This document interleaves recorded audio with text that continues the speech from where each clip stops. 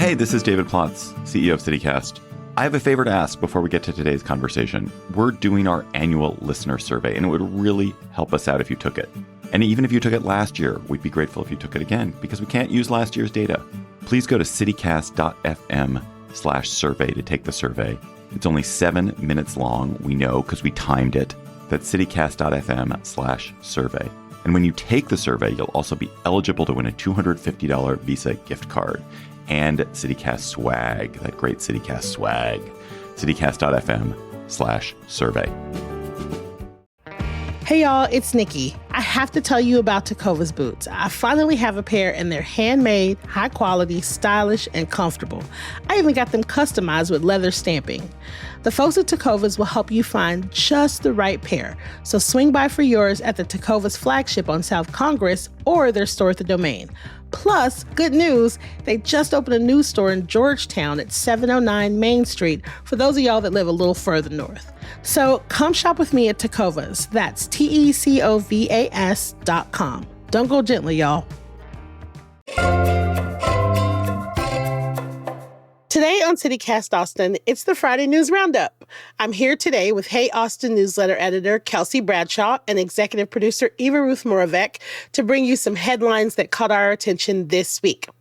We're going to talk about the raids and arrests by federal agents of folks who might be in the country illegally, what Lunar New Year is all about, and the things going around town this weekend.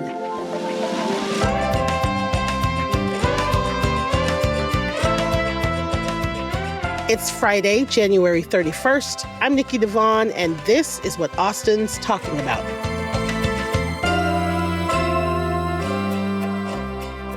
Hey, Ruth. Hey, Kelsey.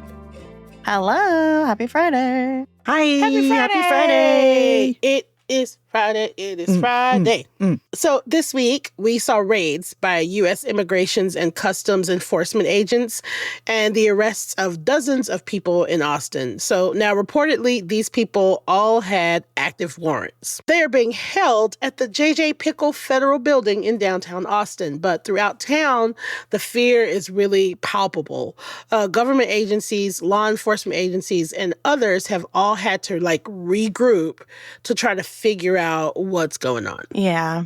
It kind of feels like chaos. Mm-hmm. It has been quite the chaotic week. There's been lots of executive orders that Trump himself obviously has been signing.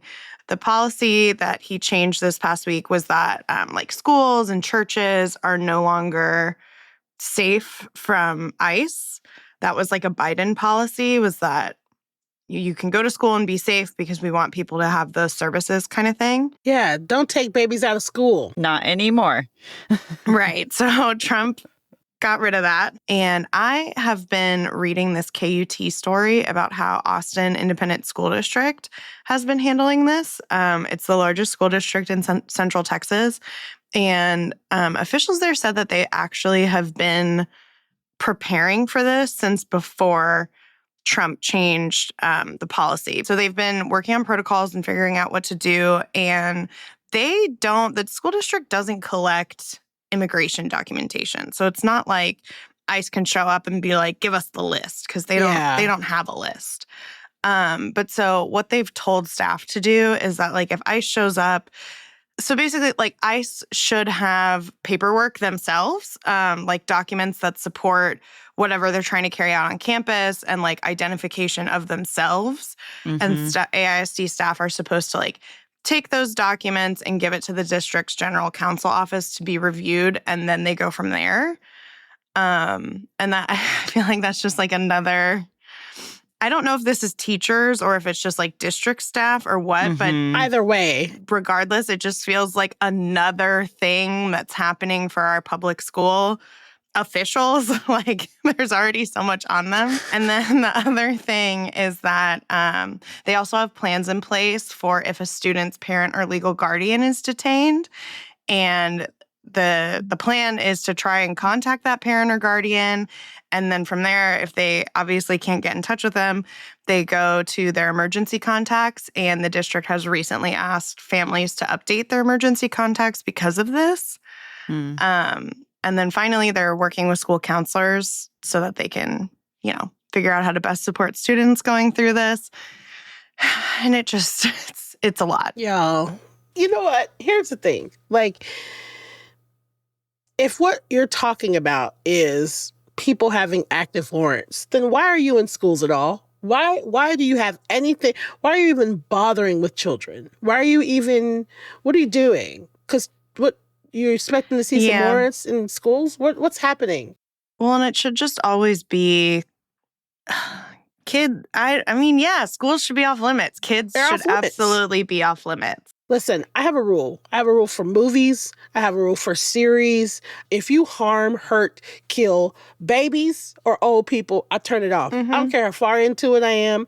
I don't care how far into the series I am. I stopped watching Game of Thrones, I think season 3, after the Red Wedding. I was like, oh no, we hurting pregnant people and babies. I can't do it. Yeah. And it's because children and old people are our most vulnerable population to me, right?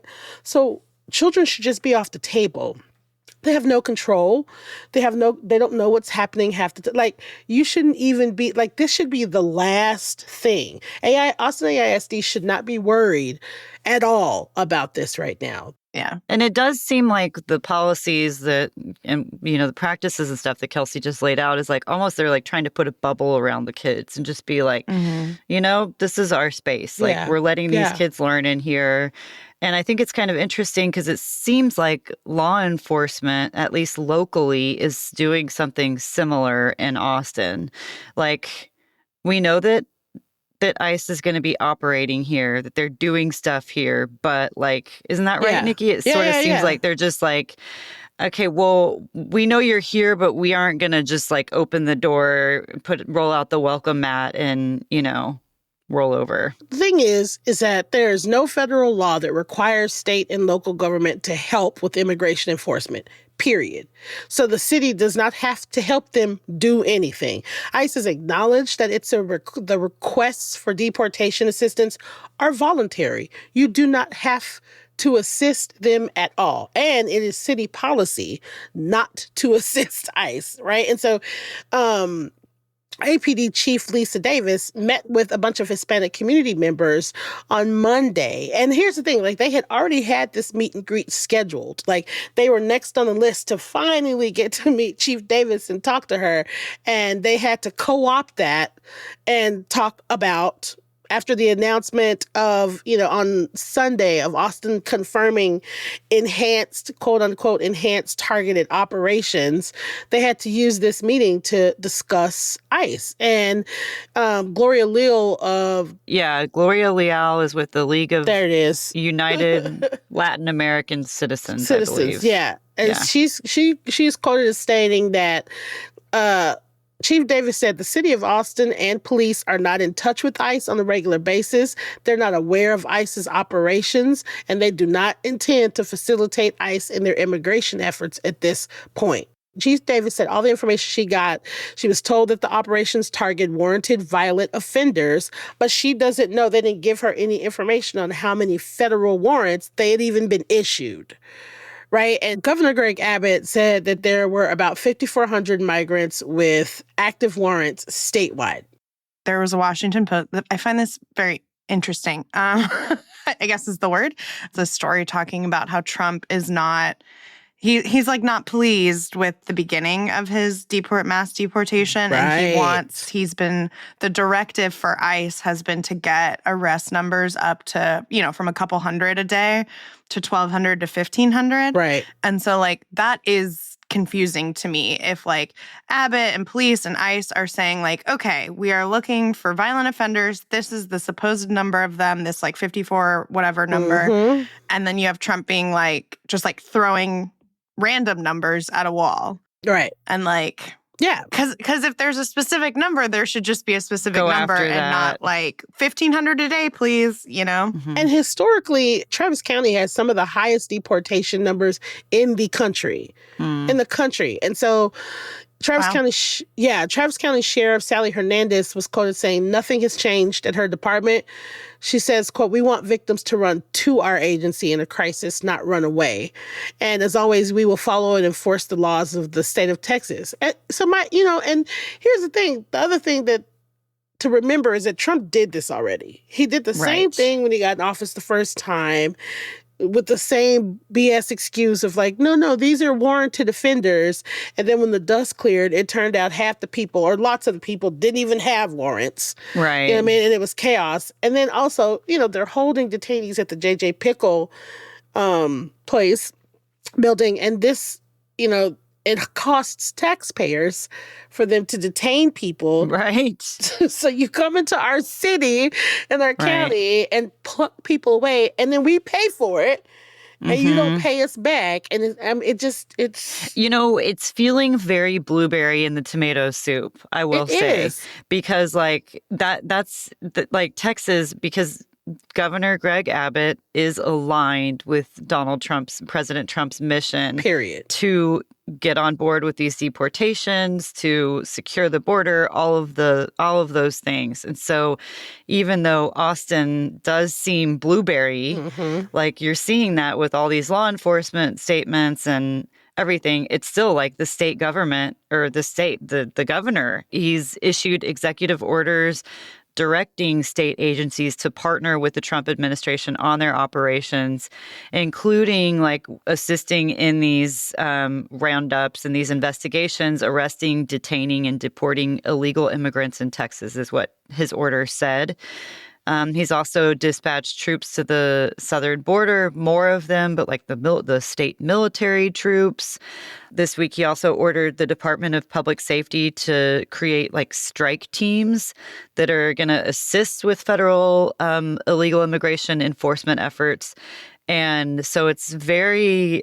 yeah, it feels really almost like a standoff kind of building up. And if it is really getting out illegal, scary, like bad, quote unquote, bad people who like the system is already determined, whatever, have committed a crime, then like why make this about the schools, the safe places, the everything else? That's what I asked. Because they can go after people with warrants anytime. It's great that APD is not working with them, but it doesn't matter because he's just going to come into the city. And we've seen for the protests over Gaza, we saw how that went. So I have no faith in their public safety strike teams. It's like the concern isn't that they're getting out the bad guys. That is not the concern. It's when the quota ramps up and they want more, then what? Who's next? And I think that there's a lot of fear from people who are not committing crimes in Austin of like, can we still live here? Because the border has been porous. You have to that is what has happened is a lot of people have come in seeking asylum over the past few years. Like that's a fact. How do you acknowledge what's already happened, and like what rights do those people have? But I also want to be aware of the mayor was quoted as saying, the city, all APD is not getting involved. We don't want people to inflame anxiety. It's palpable, the fear that's happening in our community. But then he said, I want to encourage anybody that's watching this to be good. Know your rights. And yes, know your rights. But this idea of being good, you know what I mean? And I've heard this a couple of times in conversations where it's like, if you just stay on your P's and Q's and you just be good, what I want people to understand is that this isn't going to be a situation where they're only going to be targeting people that they have written down on a piece of paper. This is going to put a target on any brown person, honestly, that looks remotely Mexican. This is a target. And so this being good idea is just crap. This is allowing racial profiling. This is racial profiling. Our brown community is in trouble. There's no other way to find these suspected illegal immigrants other than exactly what they look like. Exactly. This is a target on brown people's backs. Yeah. Who've lived in Texas before Texas was here. Forever. Mm-hmm. And Kelsey, you read that the Statesman story. There's an Austin American Statesman story that really explains very well. It's like all these examples of how people are feeling and how that fear is manifesting in their behavior. It's a great story. It's by Emiliano Gomez. In the story, he opens the story talking about how there's this lady with a Honduran food cart, and there's this guy who always comes to the food cart, and he came there the other day and then like hurried back to his car. And she thought to herself, like, oh, maybe he's hurrying back because it's cold, but also maybe he's hurrying back because he's changing his behavior now. Like he wants to, do his daily thing, but he's scared. And exactly. I think that's really freaky. Like that's really scary. And I really hate that. As a marginalized person, but also like as women, we know what it's like to kind of have that target on our backs for different things. But, there's something really insidious about the idea of just like, you not being able to walk around the street. You're not being able to walk around and do your normal stuff because you're just fearful that you could be scooped up and taken to another place that it's just, when I think about it, it kind of unravels my mind a little bit. You know what I mean? So scary. So there are a number of Austin immigration nonprofits that are taking action to help people in Austin who are undocumented. Austin Sanctuary Network is hosting workshops at non-public locations. Those interested can call the network's hotline, and that's 512-640-9080. And then there's an advocacy group, Mano Amiga. They have worked with families to create a family preparedness plan in case, someone is detained. So it's on top of designating power of attorney to someone with legal status to control bank accounts and property. Like parents got to consider custody of their children. And so people are trying to do the work. And one of my favorite things about Austin is, we are welcoming to all. We have a lot of different cultures in this city. We are growing. We're getting more people every day. Our diversity is growing in different ways. I mean, we have a pretty substantial Mexican and Latinx and Hispanic community. We have a substantial Asian community. This is what we do. We open our doors to all types of people. We love everybody. We celebrate everybody. We are diverse. But, also, I want us to be a constant reminder that, to Greg Abbott, that we don't take that shit.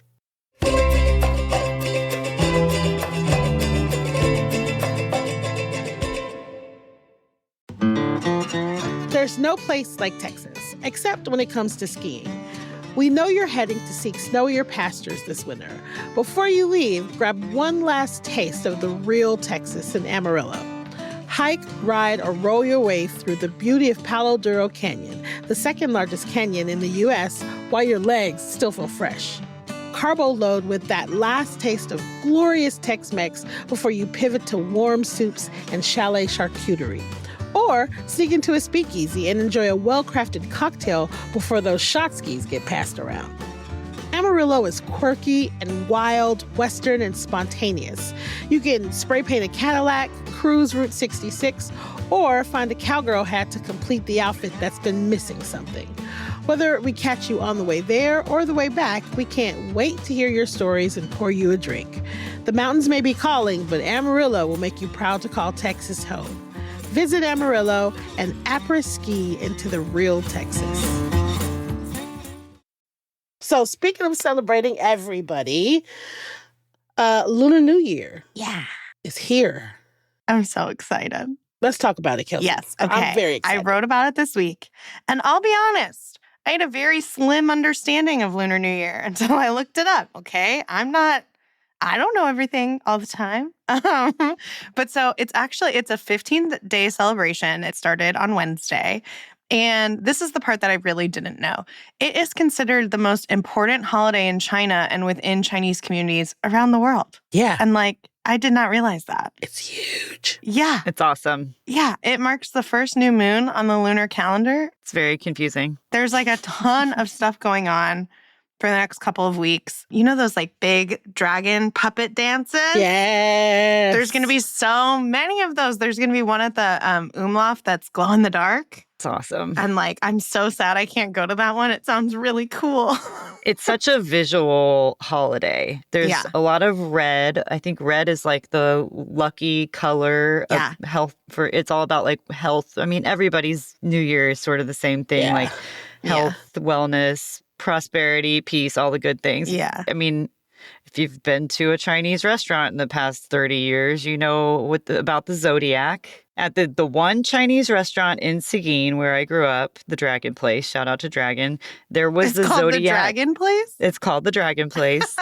There's you would get a zodiac calendar placemat, and it would have each of the different animals, tell you which year it was, and like also tell you which ones should match with the other. Like boar goes well with rooster or whatever, or like avoid snakes at all costs. Yeah, the cycle repeats every 12 years. Yeah, so it's like the 12 animals of the Chinese zodiac are the rat, ox, tiger, rabbit, dragon, snake, horse, goat, monkey, rooster, dog, and pig. I'm a rooster. I just looked it up. The cycle repeats itself every 12 years, and each animal is celebrated for its unique characteristics and reputed attributes.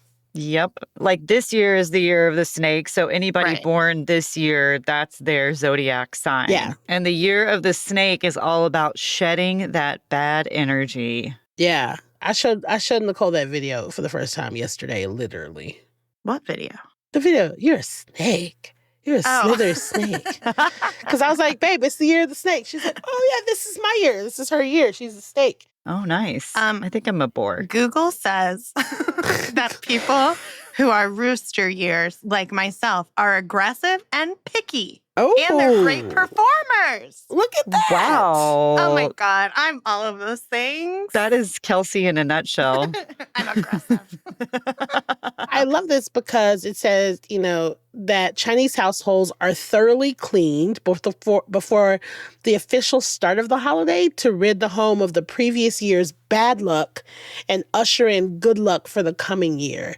And red, the color of joy and good fortune in Chinese culture, starts to appear all over in freshly painted doors, decorations, lanterns, dragons. And then they just celebrate. They start with family reunions and dinner. The New Year's Day is marked with large gatherings of family and friends. And they give each other oranges, gifts, and red envelopes of money to mark the occasion. Can I just say, I guess it's American New Year's. I don't know. Right. The New Year's that I am accustomed to is fine on December 31st, that one. It's fine. But this is so much better. Or the Jewish New Year is so much better. There's so much more tradition. Symbolism. Yeah. Symbolism. And on the Jewish New Year, you eat apples with honey so that you can have a sweet year. And I think that's so cute. And I love that everything is red for good luck for the Lunar New Year. And there's such specific things. And it's not just champagne, sequins, kiss at midnight. Which is still fun. Getting trashed. Yeah, I still like New Year's Eve, but I love how tradition-based this is. Yeah. So yeah, I've let me and Nicole's anniversary just take over New Year's at this point because I'm that gives me something specific. But there are several things happening in the city for Lunar New Year. So I actually have a whole article about where to celebrate Lunar New Year on our website. That's just Lunar New Year events. I should also add that, we've talked to the city demographer. We've also just been curious about who Austinites are right now, right? And we have a growing Asian American population. It's one of the fastest growing demographic groups in the city. So back in 2020, the Asian American population was 8.9% of the population. And it's the second largest in Texas after Houston. So just saying, there are lots of ways to support your local Asian American community. So listen, again, that goes back to us being super diverse, but there's lots of fun things happening for Lunar New Year. And, whether you are Chinese American or not, if you celebrate, we're sure you're welcome to go. Yeah. Speaking of which, what you doing? I am going to a Lunar New Year festival on Sunday, and I'm so freaking pumped. I've never been to a Lunar New Year festival. It's over at the Lake Springdale General Complex, and it's hosted by the Paper Craft and Pantry, and it's an all-day event. There's going to be multiple dragon and lion dances throughout the day. There's going to be food. There's going to be vendors. I'm so excited. And that's what Nice. I'm doing this weekend. That sounds awesome. Oh, snap. What time does it start? It starts at 11 a.m. I think I'm going to go. I think we decided to go at like 1 something, me and a couple friends. Oh, my God. And I don't know what time the dragon and lion dances are, but I believe the event says that there will be multiple throughout the day. So, like, you should be able to see one no matter what time you go. Are you going to wear red? I think so. I actually don't know if I own a red turtleneck, but I think it's going to be too hot. You can probably make something. I probably can set something up really quick. Oh, my gosh. Kelsey just furiously sewing, just Must finish by tomorrow. No, I should dress as a rooster. My guy. Yes, you should. Yeah. I am immediately dedicated to the rooster. Oh, yeah. Listen, I love that my year is a tiger. I love it. That's great for you. That's fun. Yeah, I think so. Eva, what is yours? I'm a boar. It's like not really my thing. I don't agree. It's off. It's off. Okay, I don't know what happened, but the zodiac got me wrong. It got me right. It says courageous, noble, and daring, generous, but also at times very selfish. I was like, that tracks. That tracks.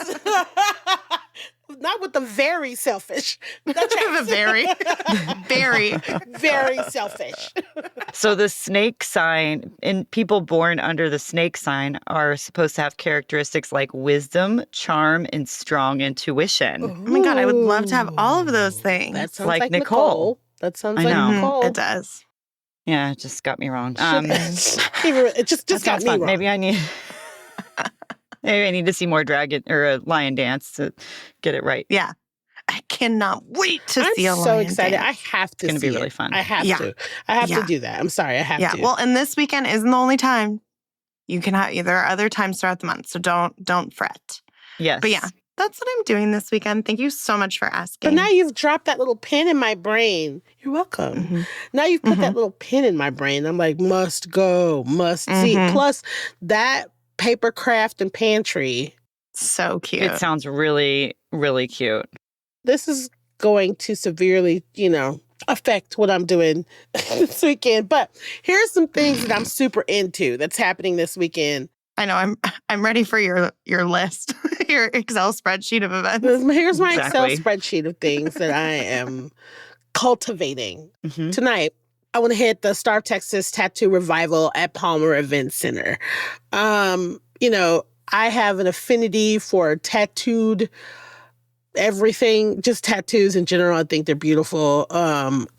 Most of my friends are a bunch of tattooed misfits, and so I think maybe that has something to do with it. But also, the Tattoo Revival is cool as hell, and I just like to go and walk around and meet a bunch of artists and see what they do. And the last time I went, I was able to find like a tattoo artist that does black skin, which is kind of rare sometimes, and it's just fun. And they have performances and food, everything that you normally have at the event center, but very attractive tattooed people. And so I'm not going to objectify anybody, but I am going to be staring at all the beautiful tattooed people. It's like I will be objectifying them in my mind. In my mind, and staring at how beautiful they are. Saturday night, Co-op Radio is having their 30th birthday bash at Antone's. Yay. I know. I love them. I listen to Co-op Radio a lot. It's always on in the car. So they're having Chief Cleopatra, Double Heads, and Shiny Ribs. If y'all have never had the pleasure of hearing or seeing Shiny Ribs in person, oh, that's fun. You just have to do it. Talk about entertainer. This man is just a walking representation of entertainment and talent and fun. I really have an affinity for him. Fun. Yeah. God, what a great description. He should put that on his Instagram or something.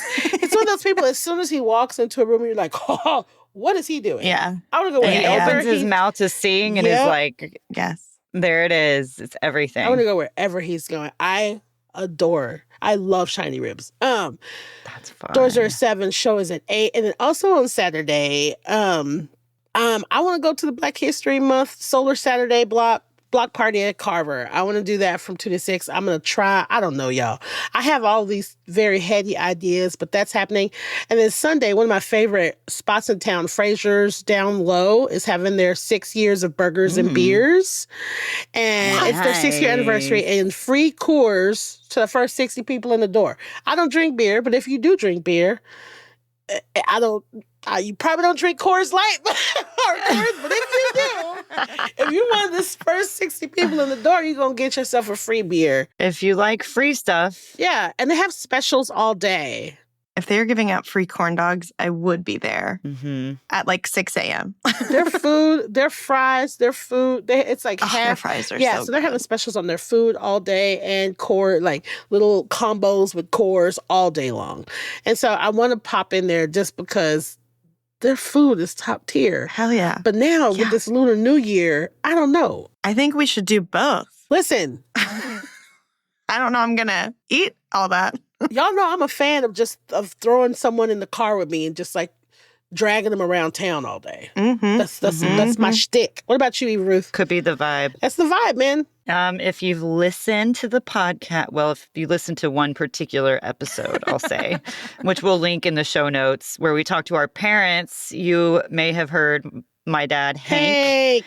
Hank is turning 80. Woohoo! Happy birthday, Hank. We're very excited. Happy birthday, Hank. My Happy dad birthday. We and love my Hank. stepmom is he's great. And it's funny, he and my stepmom actually have the same birthday. So she's cute. also having a milestone 70. Wow. So yeah, we're gonna be together some this weekend, but the thing that I am also looking forward to, there's a couple things on my list. So Micklethwaite Craft Meats. They've been in a trailer on Rosewood for like 12 years, and they are finally getting a location. It's already opened. It's on Tanny Street, and it's already open, but they're having like a grand opening party on Saturday at 11. I know, it's a busy day, Damn y'all. it. Isn't there new thing in an old church? It is an old church. What? Yes. Yeah. Yeah. Oh. Yeah. It's like going to meat church, barbecue meat church. Oh, that's so good. Meat church. I love Micklethwaite. Yeah. Yeah. They're going to have free Meanwhile Pilsner and then food specials from their new Mesquite Grill. There's going to be a DJ, fajita flats. And yeah, I think it's going to be a good time. I'm excited to go check it out and support the Austin meat people. It's supposed to be beautiful this weekend, too. I want to go to that too. I don't think either of you have a conflict so far. Yes. Yes. Getting my meat sweats. Getting my I was meat going to say, sweats. Nikki is somehow going to do meat church, block party. Yeah, I'm Co-op. gonna get it done. I'm gonna be exhausted. I'm gonna get it done though. We can go to meat church on Saturday. Nothing else is competing. That's the Sabbath right there. That's the Sabbath. That's bringing in Shabbat right there. Side note: anybody within the sound of my voice that has not had Micklethwaite's sides, you are doing sides, yourself yes, a the sides disservice. are where it's at. Their mac and cheese is phenomenal. Like, Oh my God, this is making me hungry. I know. phenomenal. It is some of the best mac and cheese in the city. You can quote me on that. Okay. Listen. And their new restaurant offers an expanded menu with baked goods, brisket, and chicken al carbone. What? Oh my God. Yeah. Yeah, that's where I'm going. So that's what I'm doing on Saturday in the early part of the day. And then actually somebody gave us tickets. They were planning on going to this show on Saturday night that now they are not. So I'm going to go see Terry Allen and the Panhandle Mystery Band What? My friend invited me to that. at the Paramount that night. And Terry Allen's got stuff. He's like such an interesting artist. Like, he has stuff at isn't it Laguna Gloria where the cars are and they're playing his soundtrack, like the music from his. Yes. And those cars scared me deeply one time. They're weird. I didn't know they were there. And I was like, oh. Yeah, they start making noise and talking Yeah. to you. But they're cool. They're cool. They're cool. Yeah, he's a creative genius. Cool. And he's also been on, Austin City Limits. He's just got all kinds of art. And so I'm sure it'll be weird and interesting. The show is going to be his Greatest Missed Hits Volume 2. mind-boggling event is what it's being touted as. So, yeah, I'm excited. It'll be weird and fun. And Ruth, I mean, listen, both of y'all, I love that y'all's calendar this weekend is really looking a lot like my calendar. I'm into it. We are in our snake year. CityCast is going to be in these streets this weekend. Yeah. No, I had one event going into this conversation, and now I have like 4. So I'm ready to go. In the streets. We're going to be in the streets. Boop, boop, boop. I know I have to give everything a theme song, but It deserves it. I like it. thanks. Yeah. So y'all get out there, have fun, have a good weekend. Yeah. First weekend of February. Let's do it. I think it's supposed to get up into the mid-70s. Is that right? Mm-hmm. That is correct. Yeah, it's going to be a great weekend, y'all. So, I'm excited. yeah, thanks for rounding up the news with me this week. As usual, you guys are the light of my life. This has been great. Bye, y'all. Bye. Bye. Have a good weekend.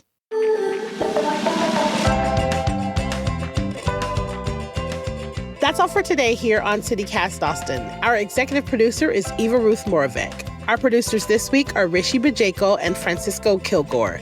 And I'm your host, Nikki Devon. Our Hey Austin newsletter editor is Kelsey Bradshaw. And music is by Nelson Valente Aguilar of Como Las Movies. If you enjoyed the show, why not tell a friend, rate the show, leave us a review, and subscribe to our Hey Austin newsletter. We'll be back Monday morning with more news from around the city. Bye, y'all.